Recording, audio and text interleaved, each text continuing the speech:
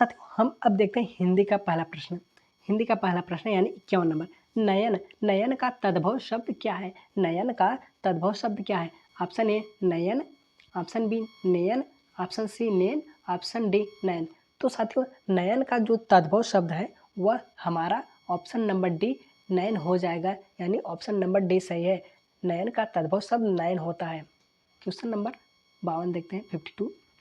पत्र का तद्भव शब्द क्या है? पत्र का तद्भव शब्द क्या है? ऑप्शन ए पात्र, ऑप्शन बी पत्र, ऑप्शन सी पत्ता, ऑप्शन डी पत्र। तो साथियों पत्र का तद्भव शब्द हमारा पत्ता होता है। पत्ता यानी ऑप्शन नंबर हमारा सी सही हो जाएगा। पत्र का तद्भव शब्द पत्ता होता है। आगे देखते हैं।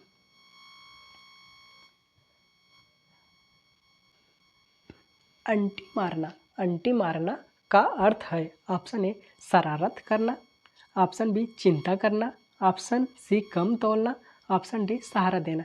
तो साथियों बताइए कि जो अंटी मारना होता है उसका अर्थ क्या है? साथियों अंटी मारना आपके दैनिक जीवन में पर डे होता है। तो साथियों बताइए। साथियों यहाँ पर अंटी मारना का अर्थ होता है कम तौलना। साथियों जो अंटी मारना का अर्थ होता है वो कम तौलना होता है। आगे देखते हैं। निम्नलिखित में से कौन सी बिहारी भाषा की बोली नहीं है? निम्नलिखित में से कौन सी बिहारी भाषा की बोली नहीं है? Option A Bhojpuri, option B Chhattisgarhi, option C Maithili, option D Magahi. तो साथियों यहाँ पर हमारा उत्तर बी सही हो जाएगा कि बिहारी भाषा की बोली छत्तीसगढ़ी नहीं है। आगे देखते हैं साथियों।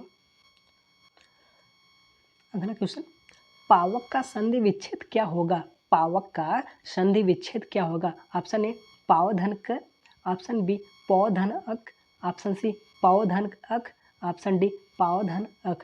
साथियों जो पावक का संधि विच्छेद होगा वह होगा पौधन अक, यानी ऑप्शन नंबर बी हमारा सही हो जाएगा।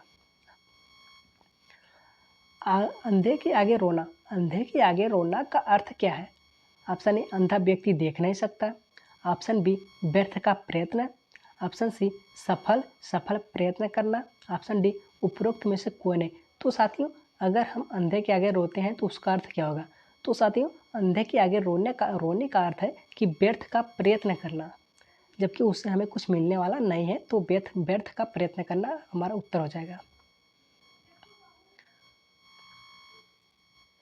अगला क्वेश्चन, झांसी की रानी उपन्यास के लेखक कौन है? Option A Vrindavan Lal Verma, option B Bhagwati Charan Verma, option C Leelachandra Joshi, option D Bhisham Sahni.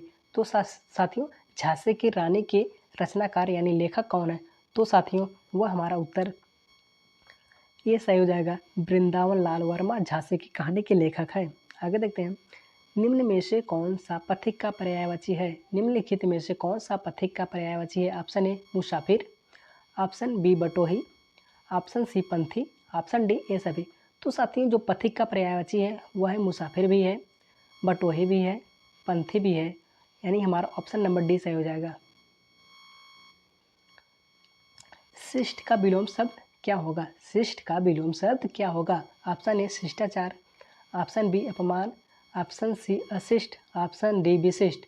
तो साथियों जो शिष्ट का विलोम होगा वह शिष्ट का विलोम क्या होगा साथियों? अशिष्ट, यानी ऑप्शन नंबर बी हमारा सही हो जाएगा। शिष्ट का विलोम अशिष्ट होता है। बच्चों को थपकी देकर सुलाने का गीत है। बच्चों को थपकी देकर सुलाने का गीत है। ऑप्शन ए लॉरी, ऑप्शन बी लोरी, ऑप्शन डी सी होरी, ऑप्शन डी पोरी। तो साथियों जब हम लोग छोटे थे तो हम सब की माँ हम लोग को सुलाने के लिए एक गीत सुनाते थे। तो आप लोग बताइए उस गीत का नाम क्या था? तो उस गीत को क्या कहते हैं साथियों? तो साथियों उस गीत को लोरी कहते हैं, यानी हमारा ऑप्शन नंबर बी सही हो जाएगा। अनुकूल, क्वेश्चन नंबर 61। अनुकूल में कौन सा समास है? अनुकूल में कौन सा समास है? ऑप्शन ए तत्पुरुष समास, ऑप्शन बी द्विगु समास, ऑप्शन सी अव्ययीभाव समास, ऑप्शन डी कर्मधारय समास। तो साथियों हमारा अनुकूल में अव्ययीभाव समास है। साथियों जिस किसी भी शब्द के हमें आगे उपसर्ग लगा हुआ शब्द मिल जाएगा तो वह शब्द क्या होगा साथियों? वह शब्द अव्ययीभाव समास हो जाएगा। जैसे यथाशक्ति, ठीक है साथियों। जिस भी शब्द के आगे उपसर्ग लगा शब्द मिल जाएगा वह शब्द अव्ययीभाव समास होगा। आगे देखते हैं साथियों, सत्पुरुष में कौन सा उपसर्ग प्रयुक्त हुआ है? सत्पुरुष में कौन सा उपसर्ग शब्द प्रयुक्त हुआ है? ऑप्शन ए स, ऑप्शन बी स्व, ऑप्शन सी सम, ऑप्शन डी सब। तो साथियों जो उपसर्ग होता है किसी भी शब्द के आगे लगता है और किसी भी शब्द के आगे लग जाने पर उसके अर्थ में परिवर्तन कर देता है। और जो साथियों प्रत्यय होता है वह किसी भी शब्द के पीछे लगता है। तो साथियों सत्पुरुष में कौन सा उपसर्ग है? तो साथियों सत्य धन पुरुष, इसका अगर हम संधि विच्छेद करेंगे तो सत्य धन पुरुष होगा। तो साथियों इससे हमें पता चलता है कि सत्पुरुष में हमारा सत उपसर्ग है। क्या है साथियों? सत उपसर्ग है, यानी ऑप्शन डी सही है। 3 वर्ष उपन्यास के लेखक कौन है? 3 वर्ष उपन्यास के लेखक कौन है? Option A Laxmikant, option B Bhagwati Charan Verma, option C Vrindavan Lal Verma, option D Bhisham Sahni. तो साथियों बताइए, साथियों 3 वर्ष उपन्यास के लेखक भगवती चरण वर्मा है, यानी ऑप्शन नंबर बी हमारा सही हो जाएगा। काली आधी के रचयिता कौन है? काली आधी के रचयिता कौन है? Option A Kamleshwar, option B Yashpal, option C Kamlesh Bohra, option D Sukhwant Singh. तो साथियों काली आधी के रचयिता या काली आधी के लेखक कमलेश्वर है। कौन है साथियों? कमलेश्वर है, ऑप्शन नंबर ए सही हो जाएगा। उसने कहा था कहानी के लेखक कौन है? उसने कहा था कहानी के लेखक कौन है? Option A Gulab Rai, option B Pratap Narayan Mishra, option C Chandradhar Sharma Guleri, option D Sardar Puran Singh. तो साथियों उत्तर दीजिए कि उसने कहा था कहानी के लेखक कौन है? तो साथियों उसने कहा था कहानी के लेखक चंद्रधर शर्मा गुलेरी है। कौन है साथियों? चंद्रधर शर्मा गुलेरी है, यानी ऑप्शन नंबर सी सही है। अगला प्रश्न देखते हैं साथियों, निम्नलिखित में से कौन सी समूहवाचक संज्ञा है? निम्नलिखित में से कौन सी समूहवाचक संज्ञा है? ऑप्शन ए झुंड, ऑप्शन बी सभा, ऑप्शन सी सेना, ऑप्शन डी ये सभी। तो साथियों यहाँ पर जो ये सभी है यानी झुंड, सभा और सेना, ये सब समूहवाचक संज्ञा है, यानी ऑप्शन नंबर हमारा डी सही हो जाएगा। सरस्वती का पर्यायवाची निम्न में से कौन नहीं है? सरस्वती का पर्यायवाची निम्नलिखित में से कौन नहीं? Option A Sharda, option B Indira, option C Bharati, option D Bageshwari. तो साथियों इनमें से कौन सी है वह जो सरस्वती का पर्यायवाची नहीं है? तो साथियों इनमें से इंदिरा सरस्वती का पर्यायवाची नहीं है, तो हमें नहीं पूछा गया था, तो हमारा उत्तर बी सही हो जाएगा। क्वेश्चन 68, निम्न में से कौन सूर्य का पर्यायवाची शब्द नहीं है? निम्न में से कौन सूर्य का पर्यायवाची शब्द नहीं है? ऑप्शन ए खरांशु, ऑप्शन बी पतंग, ऑप्शन सी तिमराशि, ऑप्शन डी हिमांशु। तो साथियों इनमें से कौन सा वह है जो हिमांशु? साथियों हिमांशु तो हम उत्तर ही बता दिए, तो यहाँ से हमारा उत्तर साथियों डी हो जाएगा। हिमांशु साथियों वह सूर्य का पर्यायवाची नहीं है, हिमांशु हमारा चंद्रमा का पर्यायवाची है। किसका साथियों? चंद्रमा का पर्यायवाची हिमांशु है। ठीक है साथियों, आगे देखते हैं। कपटी का विपरीतार्थक शब्द क्या है? कपटी का विपरीतार्थक यानी विलोम शब्द क्या है? ऑप्शन ए कुटिल, ऑप्शन बी कर्मठ, ऑप्शन सी निष्कपट, ऑप्शन डी कृतज्ञ। तो साथियों यहाँ पर कपटी का जो विलोम शब्द है वह है निष्कपट। कपटी का विलोम निष्कपट, यानी ऑप्शन सी सही है। उदांत का विपरीतार्थक शब्द क्या है? उदांत का विपरीतार्थक शब्द क्या है यानी विलोम शब्द क्या है? ऑप्शन ए उत्कर्ष, ऑप्शन बी उत्तम, ऑप्शन सी अनुदांत, ऑप्शन डी उत्थान। तो साथियों उदांत का जो विलोम है वह है अनुदांत, यानी ऑप्शन नंबर सी सही हो जाएगा। आगे देखते हैं साथियों क्वेश्चन नंबर 71, इनमें से कौन सही सुमेलित नहीं है? ऑप्शन ए विवादास्पद, ऑप्शन बी विजय पराजय, ऑप्शन सी मृदु कठोर, ऑप्शन डी विरह मिलन। तो साथियों इनमें से कौन सही सुमेलित नहीं है? तो साथियों इनमें से देखिए सबका विलोम दिया है, मृदु का कठोर, विजय का पराजय, विरह का मिलन। तो साथियों विवाह का विवादास्पद नहीं होता, विवाह का अविवाह होता है। क्या होता है साथियों? विवाह का अविवाह होता है, यानी हमारा उत्तर ए सही हो जाएगा कि इसमें नहीं पूछा है तो हमारा उत्तर ए सही हो जाएगा। आगे देखते हैं। पसीने से उत्पन्न, पसीने से उत्पन्न के लिए एक शब्द क्या होगा? पसीने से उत्पन्न के लिए एक शब्द क्या होगा? ऑप्शन ए स्वेदज, ऑप्शन बी पिंडज, ऑप्शन सी अंडज, ऑप्शन डी जलज। तो साथियों आप बताइए पसीने से उत्पन्न के लिए एक शब्द क्या होगा? साथियों पिंड से उत्पन्न, पिंड से उत्पन्न यानी पिंड से उत्पन्न, पिंड से उत्पन्न, जलज यानी जल से उत्पन्न, जल से उत्पन्न, अंडज यानी अंडा से उत्पन्न, और स्वेदज यानी पसीना से उत्पन्न। तो साथियों हमें पूछा गया पसीने से उत्पन्न के लिए एक शब्द क्या होगा? तो साथियों हमारा स्वेदज यानी ऑप्शन नंबर ए सही हो जाएगा। आगे देखते हैं। जो पहरा देता है, जो पहरा देता है के लिए एक शब्द होगा। जो पहरा देता है उसके लिए एक शब्द क्या होगा? ऑप्शन ए प्रहरी, क्या साथियों? ऑप्शन ए प्रतिहारी, ऑप्शन ए प्रतिहारी, ऑप्शन बी प्रहरी, ऑप्शन सी साक्षर, ऑप्शन डी प्रतिनिधि। तो साथियों जो पहरा देता है उसके लिए एक शब्द क्या होगा? साथियों उसके लिए एक शब्द होगा प्रहरी, यानी ऑप्शन नंबर बी हमारा सही हो जाएगा। युग का निर्माण, युग का निर्माण करने वाला के लिए एक शब्द क्या होगा? युग का निर्माण करने वाला के लिए एक शब्द क्या होगा? ऑप्शन ए योगीन, ऑप्शन बी युग निर्माता, ऑप्शन सी युग चेता, ऑप्शन डी युग धर्मा। तो साथियों युग का निर्माण करने वाले के लिए हम एक शब्द का प्रयोग क्या करेंगे? तो साथियों हमारा यहाँ पर उत्तर बी सही हो जाएगा। युग का निर्माण करने वाले के लिए हम युग निर्माता का प्रयोग करते हैं। आगे देखते हैं। कहीं का नहीं रहना, कहीं का नहीं रहना किस मुहावरे का अर्थ है? कहीं का नहीं रहना किस मुहावरे का अर्थ है? घर बसाना, ऑप्शन ए, ऑप्शन बी घर का ना घाट का, ऑप्शन सी घर का भेदी होना, ऑप्शन डी चल निकलना। तो साथियों कहीं का नहीं रहना तो घर का न घाट का, यानी ऑप्शन नंबर बी हमारा सही हो जाएगा। आगे देखते हैं साथियों।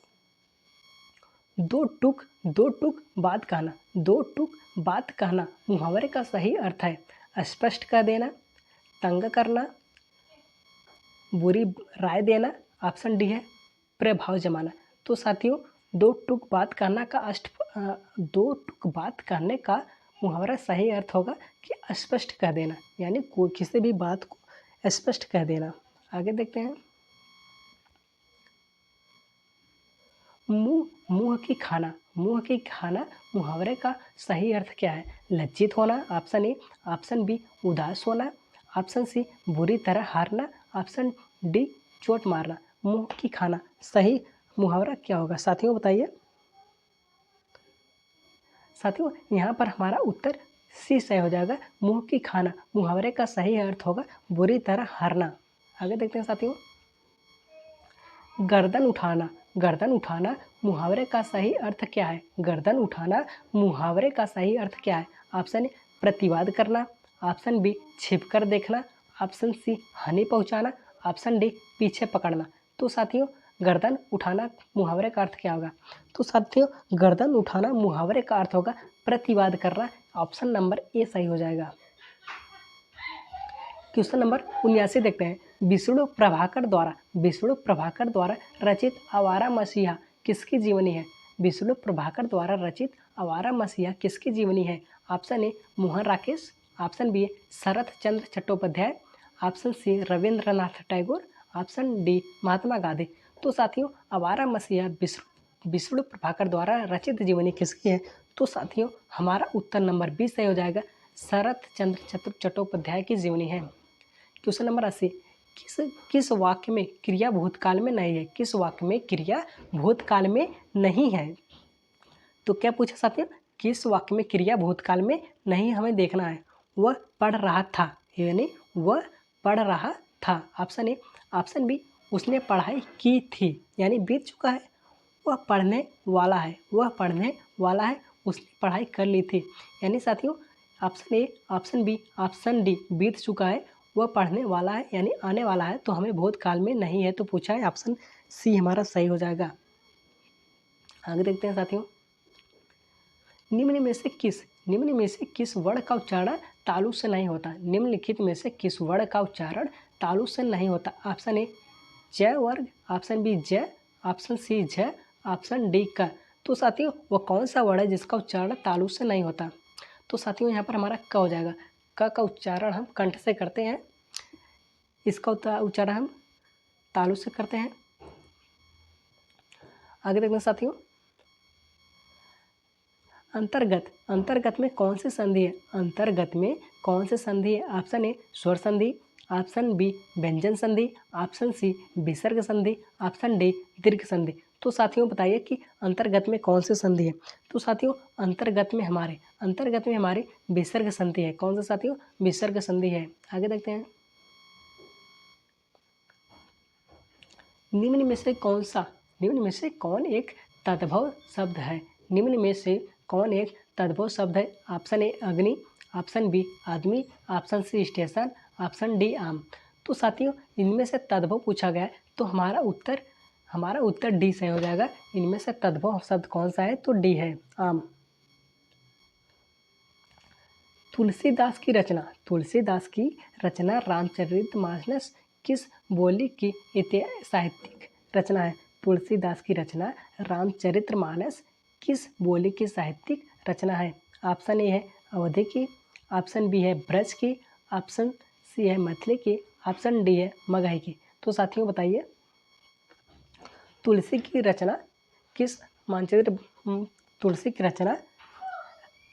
रचना रामचरितमानस किस बोली की साहित्यिक रचना है? साथियों यहाँ पर हमारा उत्तर ये सही हो जाएगा कि वह अवधि है। आगे देखते हैं साथियों,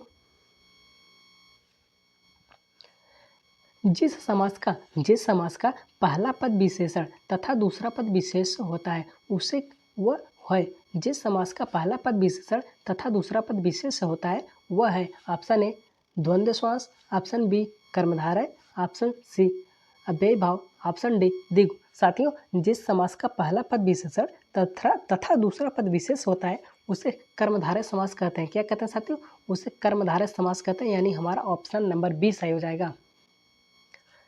क्वेश्चन नंबर 86, शिष्टमंडल कौन सी संज्ञा है? शिष्टमंडल कौन सी संज्ञा है? ऑप्शन ए भाववाचक संज्ञा, ऑप्शन बी समूहवाचक संज्ञा, ऑप्शन सी जातिवाचक संज्ञा, ऑप्शन डी व्यक्तिवाचक संज्ञा। तो साथियों जो शिष्टमंडल है वह हमारा समूहवाचक संज्ञा है। क्या साथियों? समूहवाचक संज्ञा, यानी ऑप्शन नंबर बी हमारा सही हो जाएगा। चलिए साथियों क्वेश्चन नंबर 87 देखते हैं। क्वेश्चन नंबर 87, पीली साड़ी दुकान से खरीदी इस वाक्य में विशेषण तथा विशेष क्रमशः है। पीली साड़ी, पीली, ऑप्शन सी दुकान साड़ी, ऑप्शन डी पीली दुकान। साथी जिसकी विशेषता बताई जाए उसे विशेषण कहते हैं, और जिसके बारे में बताया जाए उसे विशेष कहते हैं। तो साथियों इसमें पूछा है कि विशेषण तथा विशेष है, तो हमारा ऑप्शन नंबर ए सही हो जाएगा कि पीली जो है वह विशेषण है, साड़ी जो है वह विशेष है। आगे देखते हैं साथियों, निम्न में से कौन सा शब्द शुद्ध है? ऑप्शन ए प्रशस्त, ऑप्शन बी प्रशस्त, ऑप्शन सी प्रशस्त, ऑप्शन डी प्रशस्त। साथियों इनमें से कौन सा शब्द शुद्ध है? तो साथियों इनमें से हमारा पहला उत्तर सही हो जाएगा, प्रशस्त शब्द शुद्ध है। क्या तुमने रोटी खाई? क्वेश्चन नंबर 89, क्या तुमने रोटी खाई किस प्रकार का वाक्य है? तो साथियों आपको ध्यान देना है कि इसमें हमारे क्वेश्चन में ही हमारा उत्तर छिपा है कि क्या तुमने रोटी खाई। ऑप्शन ए प्रश्नवाचक, ऑप्शन बी है आज्ञावाचक, ऑप्शन सी है संदेहवाचक, ऑप्शन डी है संकेतवाचक। तो साथियों इनमें से हमारा उत्तर कौन सा होगा? साथियों यहाँ पर हमारा उत्तर प्रश्नवाचक होगा। प्रश्नवाचक यानी ऑप्शन नंबर ए सही हो जाएगा। तो साथियों इसमें पूछा जा रहा है क्या तुमने रोटी खाई? ठीक ना साथियों। अगला देखते हैं साथियों, क्वेश्चन नंबर 90, वह वस्तु जिसके आर पर न देखा जा सके साथियों उसे क्या कहते हैं? के लिए एक शब्द है अपारदर्शी, ऑप्शन बी पारदर्शी, ऑप्शन सी दूरदर्शी, ऑप्शन डी समदर्शी। तो साथियों वह वस्तु जिसके आर पार न देखा जा सके उसे क्या कहते हैं साथियों? उसे हम लोग अपारदर्शी कहते हैं। जिसके आर पार न देखा जा सके उसे अपारदर्शी कहते हैं। जिसके आर पार देखा जा सके उसे पारदर्शी कहते हैं साथियों। और दूरदर्शी, जिसका उपयोग हम दूर स्थित वस्तु को देखने के लिए करते हैं, उसे हम दूरदर्शी कहते हैं। आगे क्वेश्चन 91। शिकारी ने बाघ मारा। शिकारी ने बाघ मारा इस वाक्य में किस कारण के परसर्ग का प्रयोग किया गया है? शिकारी ने बाघ मारा इस वाक्य में किस कारण के परसर्ग का प्रयोग किया गया है? ऑप्शन ए कर्म कारक, ऑप्शन बी करण कारक, ऑप्शन सी अधिकरण, ऑप्शन डी संप्रदान कारक। तो साथियों शिकारी ने बाघ मारा तो यहाँ पर कर्म किया है। क्या किया साथियों? कर्म किया है। शिकारी ने बाघ को मारा है तो कर्म किया है, तो यहाँ हमारा कर्म करण हो जाएगा। ऑप्शन ए हमारा सही हो जाएगा। आगे देखते हैं साथियों क्वेश्चन नंबर 92। मिठास। मिठास शब्द में किस प्रत्यय का प्रयोग हुआ है? मिठास शब्द में किस प्रत्यय का प्रयोग हुआ है? ऑप्शन ए मीठा, ऑप्शन बी आस, ऑप्शन सी ठास, ऑप्शन डी प्यास। तो साथियों मिठास शब्द में किस प्रत्यय का प्रयोग किया गया है? साथियों मिठास में आस का प्रत्यय आस प्रत्यय शब्द का प्रयोग किया गया है। जो शब्द किसी भी शब्द के पीछे लगते हैं उसे प्रत्यय कहते हैं, यानी मीठ धन आस, मीठ धन आस, मीठ धन आस, मीठ जमा आस। तो हमारा यहाँ पर आस प्रत्यय का प्रयोग किया गया है। आगे देखते हैं साथियों। जी नहीं भरना। जी नहीं भरना मुहावरे का सही अर्थ है प्रसन्न न होना, ऑप्शन बी निराश न होना, ऑप्शन सी संतोष न होना, ऑप्शन डी विश्वास न होना।